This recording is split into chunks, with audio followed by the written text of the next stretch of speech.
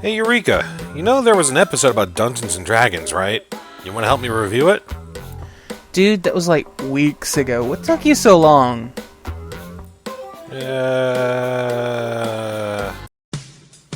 Why yes, Applejack. I would like some apple pie. How about I buck those apples for you? No comment.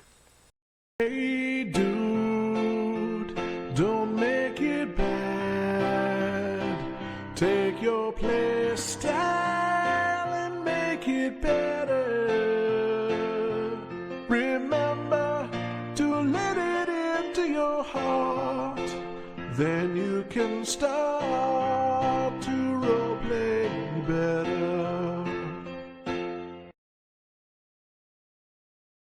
The main six are sent out on yet another mission, this time with Celestia leading the fray, leaving Discord behind to entertain himself. Discord is invited to hang out with the only other male characters with major association with the rainbow of forced friendship, and being the kind of guy he is, tries to make himself the center of attention, when all the others want to do is just play a game. I'm sensing you have a bit of a problem with this story setup. The story premise? Nah, Discord's relationship with the main six overall tweaks a nerve. He's the foil to all of the main six, except for Fluttershy, who he seems to use as an excuse to act however he wants. And to be honest, the best part of the introduction was seeing reverse Fluttershy in action.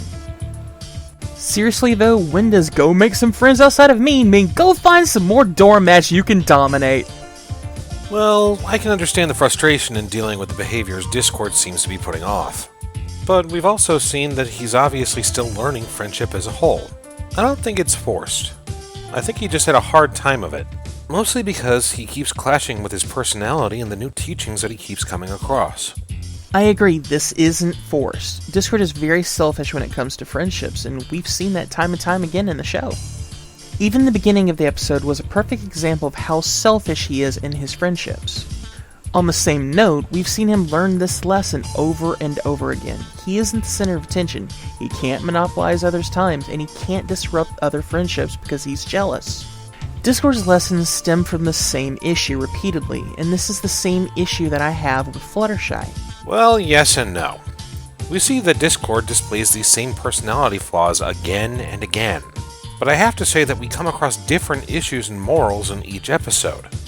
Discord learning humility by the end of Season 4 with his behavior with Tyrek, learning it's okay to have other friends with the Smooths, and even learning that attention-seeking with lies and deceit usually backfires when he tries to pretend being sick with Cadence and Twilight.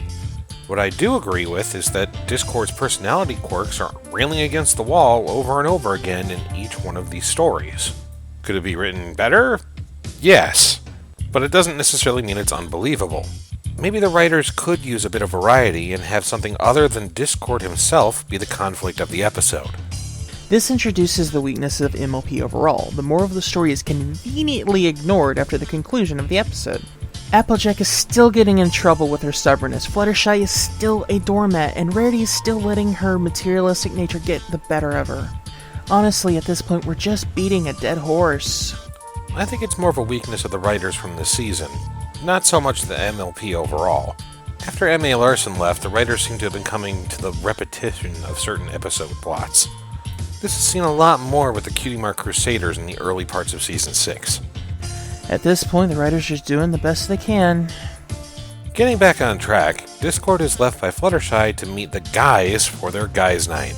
And for some reason, he had that preconceived notion of having the night on the town with the guys. Instead, he showed up for a role-playing game. Automatically, he falls into being disappointed, though I don't think he's to blame for all of this. Spike doesn't seem to do a good job setting up the game, and he doesn't seem to be the best DM. I mean, he starts off by having people laugh at the God of Chaos in-game. Dude, I don't even want to hear it out of you, Mr. Bacon Mage. I do agree with you on one point, though.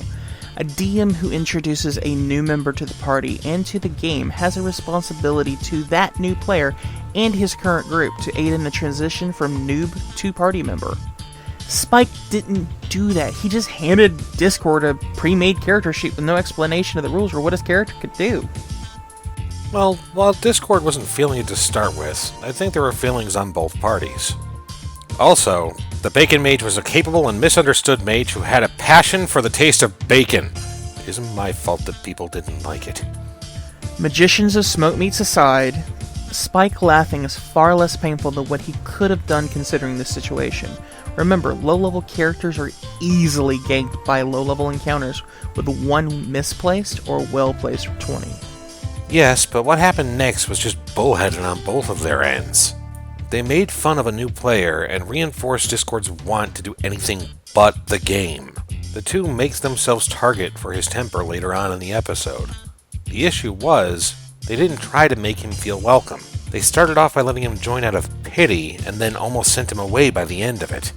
This is a good point. You can't form a friendship based on pity. It doesn't put the other party on the equal footing needed to build a lasting relationship. It felt like the mistakes Discord was making in his ignorance of the game was creating a divide that could have led to some party-breaking moments. Now, by the end of the episode, they did air their grief and make up with each other.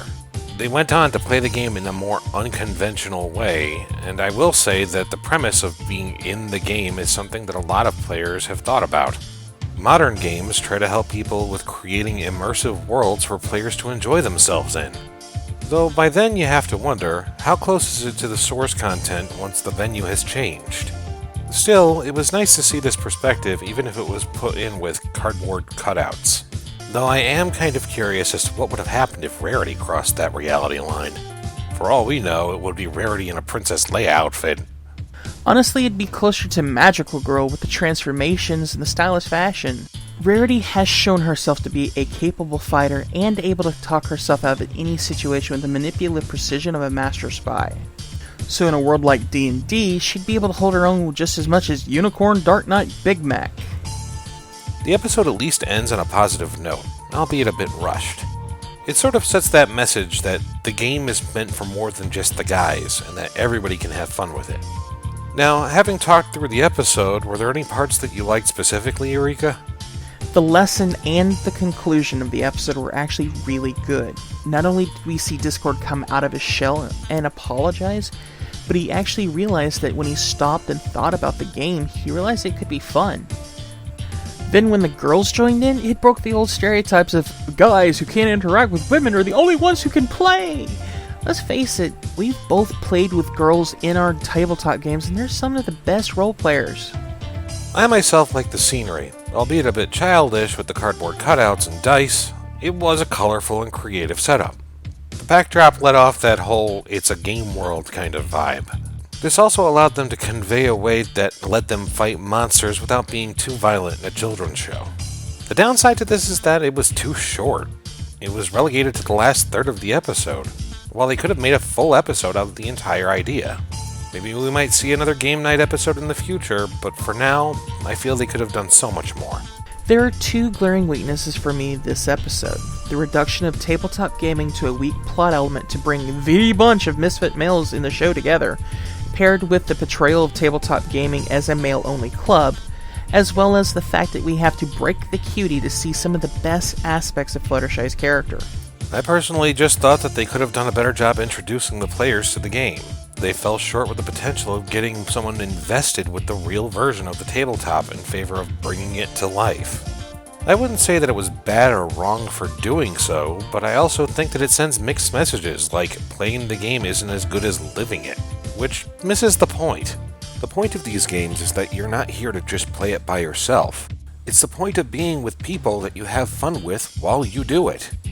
In that, I do think they came together in the end.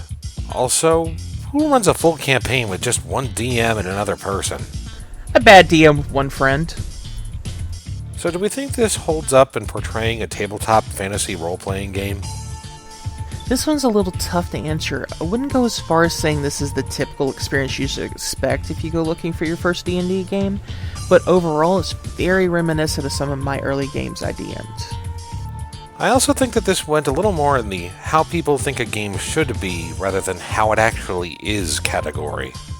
Showing dice in the background and referencing a fake rulebook at a game table, it's just a bit more of a stereotype than anything else. A fun one to watch, but it doesn't carry over to how people play the game by the end of it.